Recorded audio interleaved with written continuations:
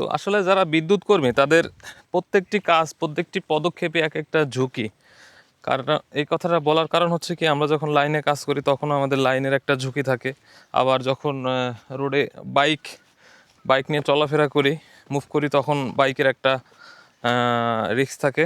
আবার যখন এই যে আমরা মাঠে ঘাটে যেরকম সেচের রিডিং নেওয়ার জন্য আসি, এরকম এই যে ঘাসের মধ্যে দিয়ে কিন্তু অনেক সময় দুর্ঘটনার শিকার হয় আমার অনেক ভাই। সেটা হচ্ছে সাপের যে একটা উপদ্রব থাকে।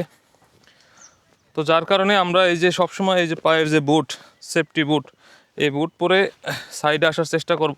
এই যে দেখুন, এখন সেচের যে রিডিং নিতে আসছি আমরা, এইখানে যদি বুট ছাড়া আসি, বুট পায়ে দিয়ে না আসি, তাহলে সাপ থাকতেই পারে আপনার মাঠে। এরকমও অনেক ঘটনা হয়েছে যে সাপে কামড় দিয়ে আমাদের অনেক লাইনম্যান ভাই মারা গেছে।